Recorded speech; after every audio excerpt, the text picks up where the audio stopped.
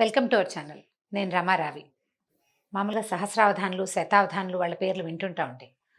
శ్రీయుతులు గరికపాటి నరసింహారావు గారు, మాడుగుల నాగపండి శర్మ గారు, పాలపర్తి శ్యామలానంద ప్రసాద్ గారు, ఇట్లా వీళ్ళంతా శతావధానం చేస్తారు, సహస్రావధానం కూడా చేస్తారు కాబోలు.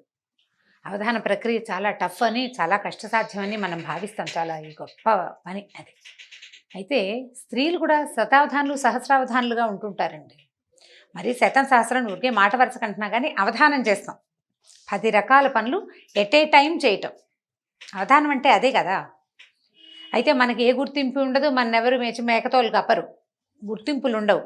కానీ ఈ అవధాన ప్రక్రియ చాలా సహజంగా మన జీవితాల్లో ఉంటూ ఉంటుంది. ఏం చేస్తాం చూద్దాం. పొద్దున్నే లేస్తామనుకోండి, లేచి బ్రష్ చేసుకుని లేదా ఒక చెంబు నీళ్ళు పోసుకుని, రకరకాల ఎవరి అలవాట్లు వాళ్ళవి. వంటింట్లోకి వస్తే ఒక స్టవ్ మీద, ఒక దాని మీద పాలు, ఇంకో దాని మీద డికాక్షన్, ఇంకో దాని మీద కుక్కర్ పెడతాం, చపాతీలు, పిండి కలపటం, కూరలు తరుక్కోవటం, పని మనిషి వస్తే ఆ గిన్నెలు బయటేయటం, అప్పుడే పిల్లల్ని నిద్ర లేపటం, పాలవాడు వస్తే పాలు తీసుకోవటం. ఇప్పటికి ఎన్ని అయినాయి ఏమిటో చాలా చెప్పాను, లెక్క పెట్టకుండా. ఇవన్నీ అయినాయా? వీటితో పాటు మధ్యలో ఫోన్ కాల్స్ వస్తాయి, ఆకుకూరలు మాతో వినిపిస్తుంది, ఎక్కడో వినపడిన అరటిపళ్ళ వాళ్ళ కేకని చూసుకుని అరటిపళ్ళ అబ్బాయిని పిలుచుకుంటాము. ఇప్పటికి ఇంకా చాలా పనులు అయిపోయినాయి. ఇవి కాకుండా మధ్యలో పిల్లల తాలూకు మేల్కొల్పులు, చిన్న పొన్న పిల్లలుంటే వాళ్ళ తాలూకు బాత్రూమ్ కాల్స్, చిట్టి పిల్లలు ఉన్న వాళ్ళకి. అక్కడి నుంచి ఇంకా కొంచెం ముందుకెళ్తే ఈ కుక్కర్లు, పాలు గీలు దింపేస్తే మళ్ళీ టిఫిను, దాని ఏర్పాటు, దాన్ని ఒకళ్ళకి పెట్టడము, ఒకడికి నోట్లో పెట్టాల్సి రావటం, ఇంకొకటికి బాటిల్లో పాలు పోసి అందించాల్సి రావటం, ఇలా ఇలా రకరకాల పనులు చేసేస్తాం. మల్టీ టాస్కింగ్ అంటారు సింపుల్గా దీన్ని. ఒకేసారి రకరకాల పనులని హ్యాండిల్ చేయటం. సాధారణంగా గృహిణులు అందరూ, ఇళ్లల్లో ఉండే ఆడవాళ్ళందరూ ఈ పని చేస్తారు.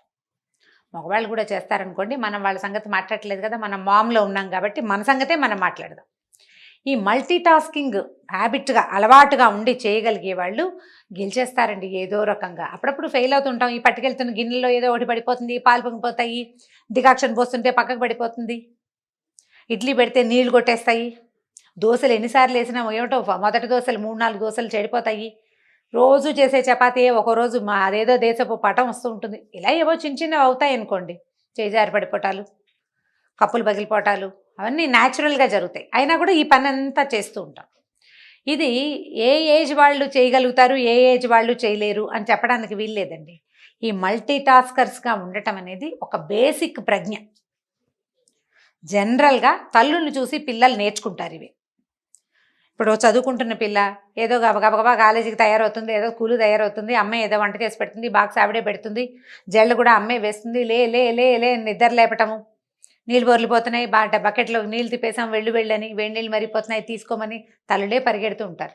ఈ పనులన్నీ చేయించుకున్న పిల్లలు కాస్త పెద్దవాళ్ళు అయ్యాక ఉద్యోగాల్లో చేరి, ఏ పెళ్ళిళ్ళు అయితే ఉద్యోగాన్ని పెళ్ళిని చక్కగా బ్యాలెన్స్ చేసుకోగలుగుతారు.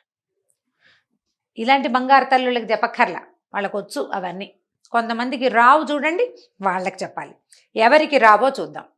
తల్లులే అన్నం పెట్టి, తల్లులే తయారు చేసి, తల్లులే ఇస్త్రీ బట్టలు కూడా చూసి పెట్టిన వాళ్ళకి కొంచెం తక్కువగా వస్తాయండి. వస్తాయి వాళ్ళకు కూడా, కానీ బాగా రాదు. వీళ్ళు చాలామంది మాకు టీ పెట్టడం రాదు, మాకు అన్నం వండటం రాదు, అన్నీ మా అమ్మే చేసేది, మా అమ్మ సరిగా పెంచలేదు, మా అమ్మ నాకు నేర్పించలేదు, ఇలాంటి కంప్లైంట్లతోటి అరకొరగా పనులు చేస్తూ ఎప్పుడు తమ విసుక్కుంటూ లేదా ఎవరితోటైనా విసుక్కోబడుతూ అలా ఉంటూ ఉంటారు.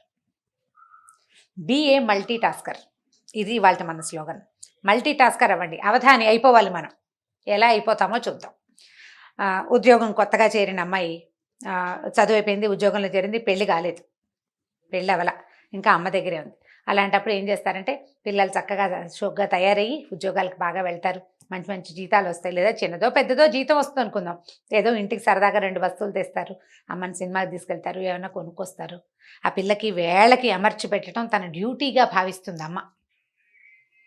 డ్యూటీగా భావించి, అసలే పిల్ల కష్టపడి వస్తుందని సాయంత్రానికి పిల్ల రాగానే వేడివేడిగా ఏదో అంత తినడానికి చేసి పెట్టడం, ఓ కాఫీయో టీయో ఇవ్వటం, పిల్ల రిలాక్స్ అయ్యేటట్టుగా చూడడం, అది ఏదైనా షికారుకి వెళ్తానంటే దాని ఏర్పాటు కూడా చేయటం, బట్టలు ఉతికించడం, ప్రెస్ చేయించి రెడీగా పెట్టడం, ఏదైనా కుట్లు గిట్లు ఊడిపోతే ఇమీడియట్గా ఆ కుట్లు గబగబా చేత్తోటో కాలుతోటో ఏదో రకంగా వేసేసి ఇచ్చేసి పిల్లలకి అన్ని రకాలుగా వైనంగా ఏర్పరిచే తల్లులు ఎక్కువగా ఉన్నారండి ఇవాళ రేపు, చాలా ఎక్కువగా.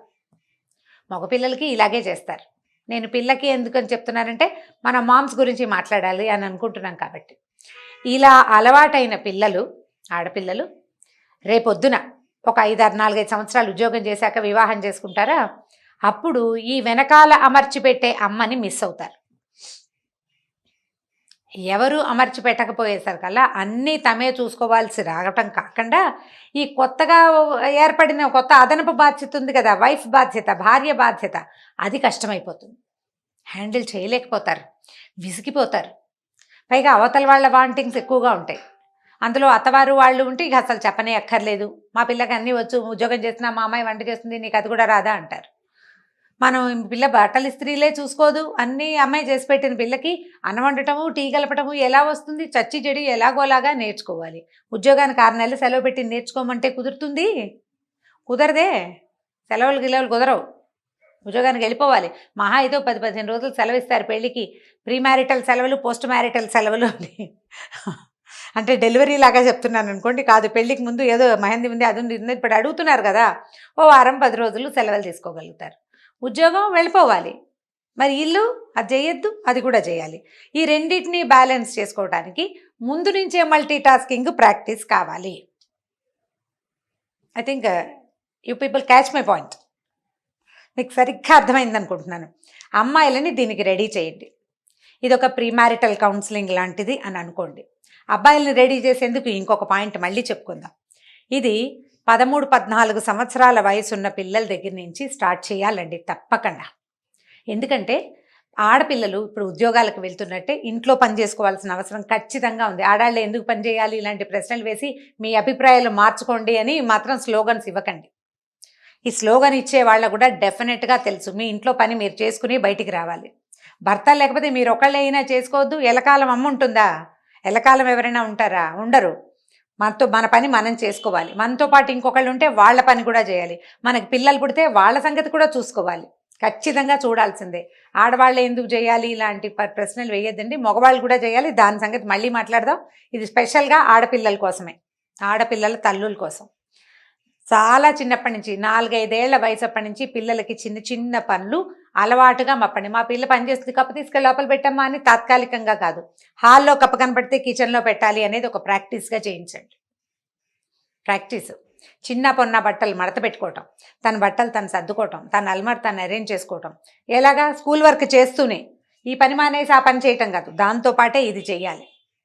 అక్కడి నుంచి 10-14 ఏళ్ళు వచ్చేసరికల్లా ఒక పిల్లలు జడలు వేసుకోవటం, తమ జడలు తాము అరేంజ్ చేసుకోవటం, బట్టలు అరేంజ్ చేసుకోవటం, అమ్మకి ఏదైనా ఒక కూర తరిగి పెట్టడము, ఒక దోసపిండి గ్రైండర్లో వేస్తే అది తీయటం, దోశలు వేయటం, అట్లా వెనకాల పని కాసేపు అయినా రోజులో. ఎక్కడ చదువుకునే పిల్లలకి ఎక్కడ సమయం దొరుకుతుందండి అని ఇలాంటి ప్రశ్నలు వేయొద్దండి. చదువుకునే పిల్లలు, పనిచేసే పిల్లలు బోల్డ్ మంది ఉన్నారు. ఇది పని నేర్చుకొని వాళ్ళకి చెప్తున్నాను. ఖచ్చితంగా మీ పని మీరు చేసుకోవాల్సిందే. మా పిల్లలు చేయరండి అని నాకు ఒక ఆవిడ ట్విన్స్ ఉన్నారు, మా వాళ్ళిద్దరు అసలు ఏ పని చేయరు, ఏదైనా పని చెప్తే పోట్లాడతారు. మా హస్బెండ్ కూడా పిల్లలకి పని చెప్తావేంటి అంటారండి, ఏం చేయాలి అని అడిగారు. ఆవిడ కూడా ఇది ఆన్సరే. తండ్రుల్ని మీకు మీ పిల్లలకి మధ్యలోకి రానివద్దు, అసలు రానివ్వడానికి వీల్లేదు. పిల్లలకి పని నేర్పకపోతే వాళ్ళు అవస్థపడతారు అనే జ్ఞానాన్ని భర్తలకు ఇవ్వాలి మీరు తప్పకుండా. పనులు నేర్చుకోవాలి. ఒకటేసారి 4 రకాల పనులు చేయగలిగే కెపాసిటీ పిల్లలకి 20 సంవత్సరాలు వచ్చేసరికి వచ్చేయాలి. రేపు తప్పి తగిలి ఫారిన్ వెళ్ళారనుకోండి, పీజీ చేయడానికి వెళ్తారు, ఇక్కడ కాకుండా వేరే ఊరు వెళ్తారు, ఎక్కడైనా ఉండటానికి వెళ్తారు, చదువుకోవడానికే. పెళ్ళిళ్ళు అవ్వక్కర్లా, చదువుకోవడానికి వెళ్ళినా ఫారిన్ వెళ్ళిన పిల్ల దాని గిన్నెలు దోముకోవాలి, వంట చేసుకోవాలి, బట్టలు ఉతుక్కోవాలి, వాషింగ్ మెషిన్లో అయినా సరే, కాలేజ్కి వెళ్ళాలి, అక్కడ వర్క్ చేయాలి, మళ్ళీ ఫుడ్డు, మళ్ళీ వచ్చాక గిన్నెలు నోరు తెరుచుకుని చూస్తూ ఉంటాయి. ఇన్ని పనులు చేయొద్దు. ఏ అలవాటు లేకుండా చక్కగా అస్తాద్పరంగా అరిచేతిలో వెన్నముద్దలాగా పెంచిన పిల్ల వెళ్ళి ఏం చేస్తుంది అక్కడ? ఎంత ప్రెషర్కి లోనవుతారు. ఇదంతా ఈజీ, సింపుల్, నేను చేసేయగలను అని అనిపించేలాగా మీ పిల్లల్ని రెడీ చేయండి. అది 13-14 నుంచి తప్పకుండా స్టార్ట్ చేయాలండి. పిల్లలకి ప్రాపర్గా కూర్చోవటం నేర్పిస్తాం. సరిగా కూర్చో, బాగా కూర్చో అని చెప్తారు కదా, ఎవరైనా చెప్తారా? అలాగే ఈ పని నీది, ఇది నువ్వు డెఫినెట్గా చేయాలి అనేది ప్రాక్టీస్ చేయించండి. ఒకవేళ ఇలా కాదు, మన దగ్గర 20-22 ఏళ్ల పిల్లలు ఉన్నారనుకోండి, పెద్దగా ఏం చేయరు, అన్నీ మనమే అరేంజ్ చేస్తాం. అరేంజ్ చేయటం మానేయండి. పిల్లల్ని వాళ్ళ అరేంజ్మెంట్స్ వాళ్ళు చేసుకునేలాగా చేయండి. చెప్పండి వాళ్ళకి, వాళ్ళ అరేంజ్మెంట్స్ వాళ్ళు చేసుకోవాలి. మల్టీ టాస్కర్ అయిన వాళ్ళు గెలుస్తారు జీవితంలో, వితౌట్ ప్రెషర్. నీకు ఒక మంచి ఉద్యోగం వచ్చింది, నువ్వు అక్కడ బాగా పేరు తెచ్చుకుంటావు. ఇంట్లో ఈ వెనకాల ప్రెషరు, ఇక్కడ నువ్వు ఇక్కడ పని అంతా ముగించేసుకుని అక్కడికి వెళ్ళి చేయాలి. ఒక హెల్పర్ని పెట్టుకోవచ్చు. బాగా సంపాదన ఉంటే తప్పకుండా ఒక పని మనిషిని పెట్టుకుంటారండి, ఇంకెవరో కేర్ టేకర్ని పెట్టుకుంటారు. వాళ్ళని మాత్రం మేనేజ్ చేయొద్దు, వాళ్ళ అమ్మలు కాదు కదా, వాళ్ళని మేనేజ్ చేయాలి. దానికైనా మనకి మల్టీ టాస్కింగ్ రావాల్సిందే. దానికోసం ట్రై చేయాలండి. ఆలోచన మార్చుకోండి. ఇప్పుడు 24-26 సంవత్సరాల ఆడపిల్లలు ఉద్యోగాలు చేస్తూ ఇంకా వివాహాలు కాని వాళ్ళు ఉంటారు, చేసుకుంటారు ఎప్పుడో. మీరు కూడా ప్రాక్టీస్ చేయండి. 4 రకాల పనులు ఎట్ ఏ టైం చేయటం. ఇది అవసరమా అంటే డెఫినెట్గా అవసరమేనండి. మీరు kitchen, house hold things manage చేయగలిగితే అది బ్రెయిన్ అలవాటు అయిపోతే ఏముండదండి. బ్రెయిన్లో ఓ పక్కన పడి ఉంటాయి ఆ వ్యవహారాలన్నీ, అందుకంటే ఏముండదు. ఇది మేనేజ్ చేయగలిగే వాళ్ళకి ఒక రకమైన కాన్ఫిడెన్స్ ఉంటుందమ్మా. అది ఆలోచించండి. ఈ కాన్ఫిడెన్స్ని డెవలప్ చేసుకునేందుకు ప్రయత్నం చేయాలి. పిల్లల్లో అది డెవలప్ చేయడానికి ప్రయత్నం చేయాలి. ఒకవేళ మనకి 2 పిల్లలు ఒకే వయసు వాళ్ళు ఆడామగా ఉంటే ఇద్దరితోటి పని చేయించండి. పిల్లలతో పని చేయిస్తావా అని ఎవరైనా అడగడానికి అసలు వీలే లేదు. పని చేయించకపోతే చాలా కష్టం రేపొద్దున. ఏ రోజు ఎటుపోయి ఎటొస్తుందో తెలియదు మనకి. 4 పనులు అన్నీ చేసుకోవాల్సిందే. బజార్ వెళ్ళి కొన్ని కూరలు తేవడం, కూరలకి మనతో పాటు పిల్లల్ని తీసుకెళ్ళి సెలెక్షన్ ఇలా ఉండాలి, టమాటాలు లేదా క్యారెట్ని ఇలా తీసుకోవాలి, తోటకూర ఇలా చూసుకోవాలి అని 4-5 సార్లు చెప్తే ఆటోమేటిక్గా వస్తుంది. అట్లా ప్రతి పని వాళ్ళు చేసుకోగలిగేలాగా చేయగలిగేలాగా చేయండి. ఇది ప్రాక్టీస్ చేయండి. ఈ 4 రకాల పనులు చేయగలిగే ప్రాక్టీస్ ఉన్నవాడు బయటికి వెళ్ళి ఏదైనా చేస్తాడు. లేదా బయట పని ఒకటే వచ్చి ఇంటి పని రాకపోతే ఎవరొచ్చి అన్నం పెడతారా అని చూసే పరిస్థితి వస్తుంది. అన్నం కోసం వెయిట్ చేయకపోయినా చెయ్యలేకపోతారు. ఇంటిని మేనేజ్ చేయలేక స్ట్రెస్ ఫీల్ అవుతారు. ఈ స్ట్రెస్ మీకు వర్క్ మీద పడుతుంది.